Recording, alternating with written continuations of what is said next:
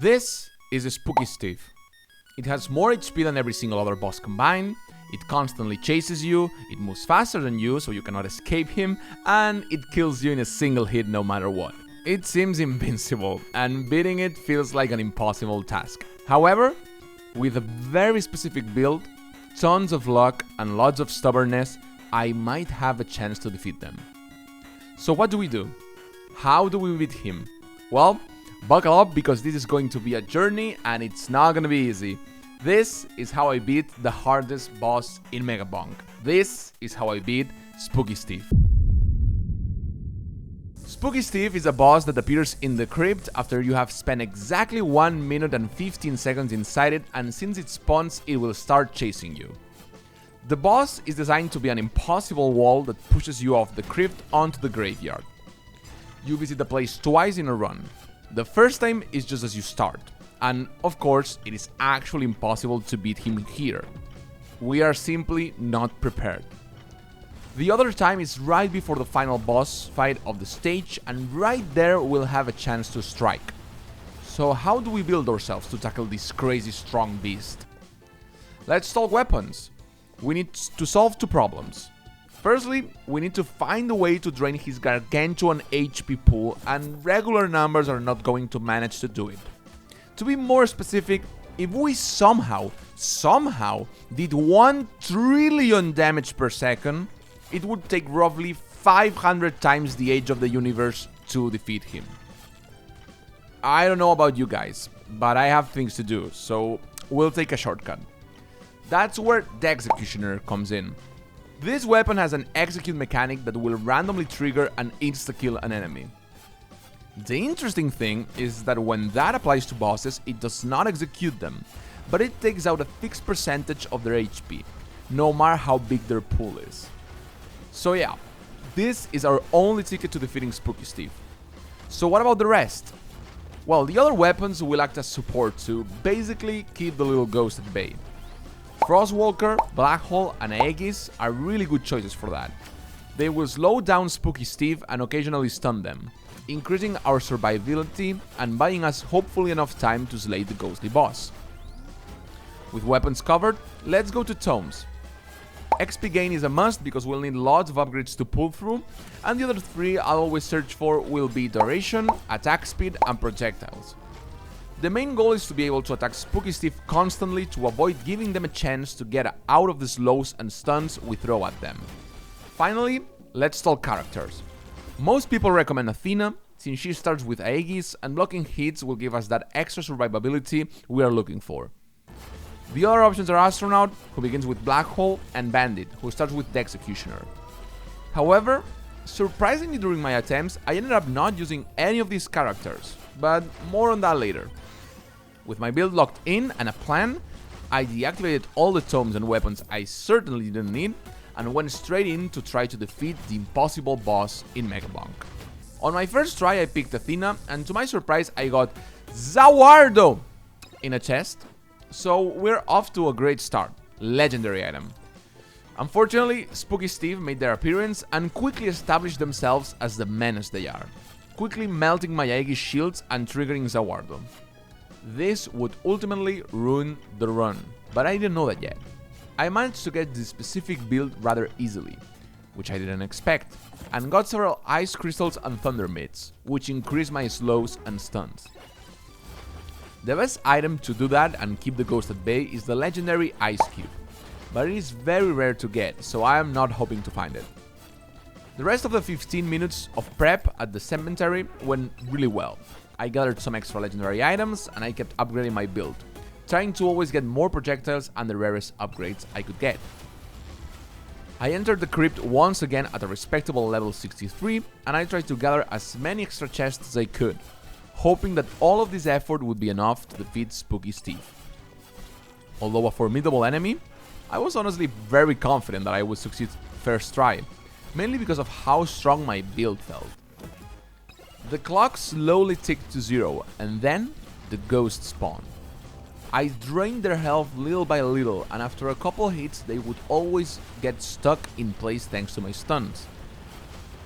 I began to feel a bit nervous because each time we faced each other, my Aegis shields would lower to a smaller number.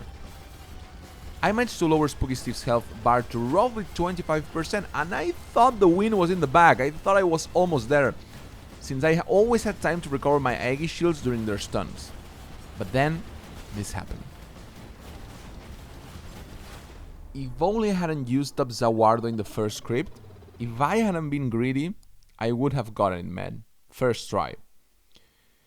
Well, at least I can learn from this mistake and get better at... Dude, why am I this stupid? Like, it doesn't even make sense. It is just a couple free items I need to pass on. It's not that big of a deal. Third run was a disaster. I managed to get all the necessary tomes, but I lacked the weapons to face enemies. And since I had aggressively activated all the curse statues that duplicate boss spawns, well, let's say I got obliterated by Calcium's dad. I mean, to beat this challenge, you need to try some risky plays. Sometimes we will fail, but I only need to win once. While I built a godly run on my 4th attempt, I want to take my time to say that if you like these hard challenges, my guides, or just the random content about games I put out, then it would mean a lot that you subscribe, or that you leave a nice comment, saying... This time I entered the crypt feeling unstoppable. 2 legendary items, level 78, 9 ice crystals, and everything in its right place. Spooky Steve made its glamorous entrance, and although I initially stunned him, to my surprise the tricky ghosts didn't stop in their tracks again, and it relentlessly chased me around the crypt until my Aegis shields were gone and I was vaporized. Okay, so what happened there? I wasn't sure, but if I couldn't slow him enough, then perhaps I needed to switch my strategy. And that's exactly what I did. It is Calcium time, baby! Calcium is a funny skeleton on a skate, and it is by far the fastest character in Megabonk. It starts off with Bone as a weapon, and if you are really exceptional at math, you'll immediately see a problem here. There are not enough slots to have every single weapon I need for my build. So what did I choose to sacrifice? Aegis. I chose Aegis. My reasoning was this: if I'm able to use my movement speed to gather all the upgrades the graveyard has to offer, and I can stun Spooky Steve permanently, which is a thing that I need, thinking that Athena in the previous run just was obliterated, then I don't need to fear their insta-kill move, since I am not planning for the boss to ever hit me. This new strat quickly proves its merits. I reached a staggering level 170 with more than 60 projectiles firing constantly, 3 legendary items, 5 green cards, couple stuns and slows, a duration tome of more than 500%.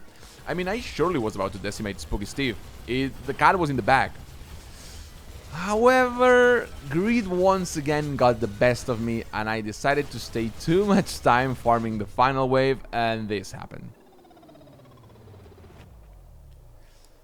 I lost my mental after that, and I just began to die again, and again, and again, and again, and then some more. Sometimes I could not exit the crypt in time, some other regular bosses just killed me, sometimes I played too risky and died because of it, and then I had an incredible run. I entered the crypt at level 160, and even though I slowed down Spooky Steve for a while, they ended up catching up to me. What was going on? How do people beat this thing? Is it actually impossible and we're all memeing on it? It seems like no matter how good I get, how good is the build, this annoying little ghost will always win. I spent hours and endless tries trying to conquer Megabonk's hardest challenge, until I reached a breaking point. I said to myself, I am going to try this one last time, and if I fail, I'll leave this challenge on the shelf and perhaps come back to it in a couple months. Here's how that last run went. I began with a pretty unremarkable crypt, gathering a couple items and the quantity tome. I soon added the rest of the tomes, Frostwalker and Black Hole, in my collection. The Executioner made me wait for a couple of minutes, in which, honestly, I suffered that the run would just end. It is that vital to survive. I kept expanding my build, getting a valuable red card really early that would later stack my damage, and an ice crystal, essential to slow down Spooky Steve.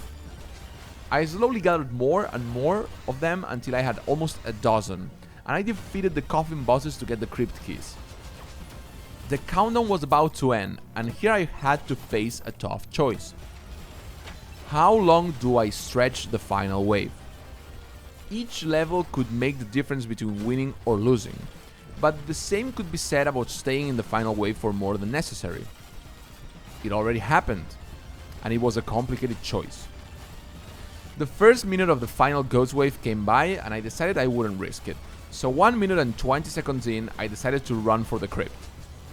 The black ghosts were already downing 50% of my HP, so I wasn't sure I would make it. I had a couple close calls, but thankfully enough, I landed inside the crypt to conquer the final challenge. Spooky Steve, the final Megabonk frontier. Here I come, motherfucker. I wasn't able to stun them, but the slow was consistent enough to be able to circle around them. Since Calcium is the fastest character, I could swirl around Spooky Steve with no effort at all. The gargantuan HP pool slowly drained as a cloud of projectiles flew around the crypt until I finally snatched victory from the jaws of defeat, and I conquered the hardest boss in Megabonk, unlocking Roberto, which is a really cool dude, and thus I could finally rest and put down Megabonk. Thank you so much for watching. If you made it this far, perhaps you like enough my content to subscribe to the channel. If you don't want to, it's fine. I'm just glad you enjoyed it. I have other Megabonk challenges for those interested, and always, or as always, let's say goodbyes and until we meet again.